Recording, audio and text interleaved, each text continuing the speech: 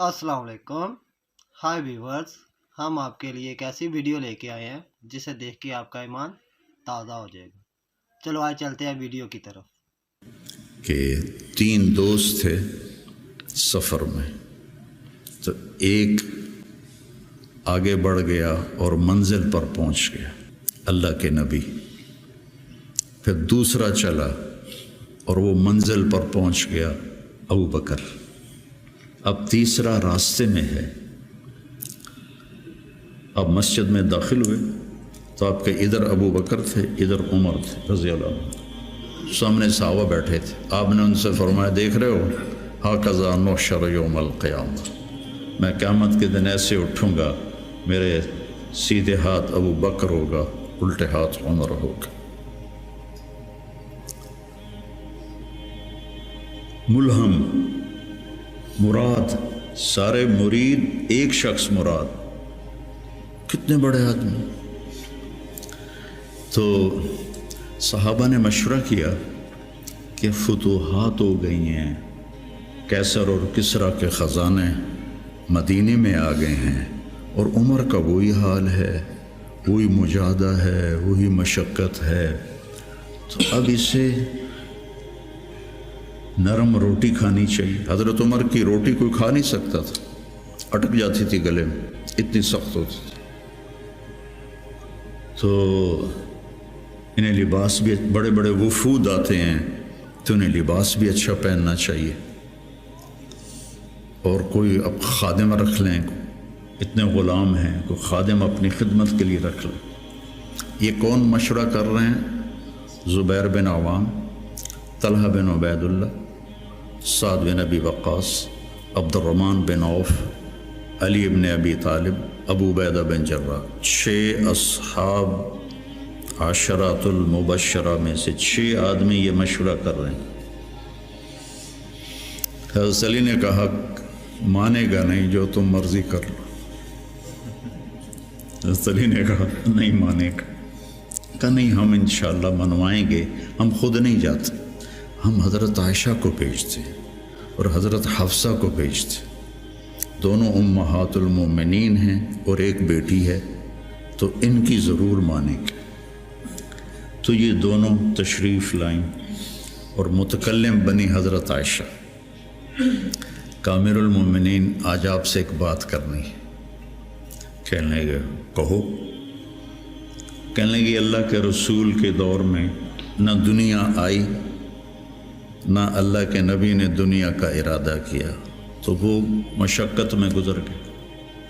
میرے باپ ابو بکر کے دور میں دنیا کی فتوحات نہ آئیں، نہ انہوں نے ارادہ کیا، وہ بھی گزر گئے. اب اللہ نے آپ کے لیے دنیا مسخر کر دی ہے اور لہر بہر ہے، اور آپ کا وہی حال ہے. آپ کچھ نرمی کریں. وہ جو پچھلی باتیں انہوں نے کہی، غلام رکھیں، اچھے کپڑے پہنیں، بڑے بڑے وفد آتے ہیں، نرم کھانا کھائیں، نرم بستر استعمال کریں. اور عمر کا رنگ بدلنا شروع ہو گیا. تو حضرت حفصہ دیکھ رہی تھے، بے ابا گیا چھت نال. تو جب حضرت عائشہ خاموش ہوئی تو کہنے لگے، یہ بتاؤ تمہیں یہ کس نے بھیجا ہے؟ تو کہنے لگی، پہلے کوئی ہاں نہ کرو تو پھر ہم بتائیں گے. کہنے لگے، اگر مجھے پتہ چل جائے نا کہ تمہیں کس نے بھیجا تو میں مار مار مار کے ان کے چہرے لہو لہان کر دوں. پھر فرمانے لگے، حفصہ تو گھر والی ہے نا، یہ بتا کبھی اللہ کے نبی نے 2 ٹائم کھانا کھایا؟ زندگی میں کبھی 2 وقت کھانا کھایا؟ وہ کہنے لگی نہیں. فرمانے لگے، صبح کھاتے تھے تو شام نہیں کھاتے تھے، شام کو کھاتے تھے تو صبح نہیں کھاتے تھے. کہ جی اللہم نعم. ایک دفعہ تو نے ایک چھوٹے سے میز پر کھانا رکھ کے دیا تھا، تمہیں یاد ہے؟ تو اللہ کے نبی نے اٹھا کے زمین پہ رکھ لیا تھا اور کہا تھا، آکل کما یاکل العبد. کہ جی اللہم نعم. تمہیں یاد ہے اللہ کے نبی کا ایک ہی جوڑا ہوتا تھا، اور اسے وہ خود دھوتے تھے، اور بعض اوقات وہ خشک نہیں ہوتا تھا اور بلال آ جاتے، یا رسول اللہ الصلاۃ، تو آپ کہتے ابھی میرے کپڑے خشک نہیں ہوئے، یہاں تک کہ نماز تاخیر ہو جاتی تھی اور آپ وہ خشک ہو کر اس کو پہن کے جا کے نماز پڑھاتے تھے۔ اور یہ بھی تمہیں یاد ہو، وہ کہنے لگی اللہم نعم، کہ یہ بھی تمہیں یاد ہوگا کہ ایک دن وہ جوڑا بھی نہیں تھا تو آپ نے پڑوسن سے چادر مانگی تھی جس کو لپیٹ کر جا کے نماز پڑھائی تھی، یاد ہے؟ کہنے لگی اللہم نعم۔ کہا نبی کا بستر کیسا تھا تیرے گھر میں؟ کہا ایک ٹاٹ تھا، اس کو میں دوہرا کر کے بچھا دیتی تھی رات کو۔ تو حضرت عمر کہنے لگے ایک رات تو نے اس کی 4 تہیں لگا دی، تو صبح اللہ کے نبی نے کہا حفصہ میرا بستر تبدیل کر دیا ہے؟ کہ نہیں یا رسول اللہ وہی ہے، بس 2 کی 4 تہ لگا دی۔ کہا اس کو دوبارہ ویسے کر دے، مجھے رات کو اٹھنے میں مشکل پیش آئی اس کی نرمی کی وجہ سے، یاد ہے؟ کہنے لگی اللہم نعم۔ تو فرمایا اللہ کے نبی نے کبھی 2 سالن کٹھے کھائے؟ اللہ کے نبی نے کبھی 2 سالن کٹھے کھائے؟ کہنے لگی نہیں، کوئی نہیں کھائے۔ تو حضرت عمر رونے لگے، فرمایا کہ جنہوں نے تمہیں بھیجا ہے نا انہیں جا کر کہو کہ 3 دوست تھے سفر میں، تو ایک آگے بڑھ گیا اور منزل پر پہنچ گیا اللہ کے نبی، پھر دوسرا چلا اور وہ منزل پر پہنچ گیا ابو بکر، اب تیسرا راستے میں ہے، ان کے راستے پر رہے گا تو پہنچے گا ورنہ بھٹک جائے گا۔ والذی نفسی بیدہ، اس رب کی قسم جس کے قبضے میں میری جان ہے، میں اپنے آپ کو اسی حال پہ رکھوں گا حتی تلحقہ باللہ، یہاں تک کہ میں اپنے رب کے ساتھ جا کے مل جاؤں۔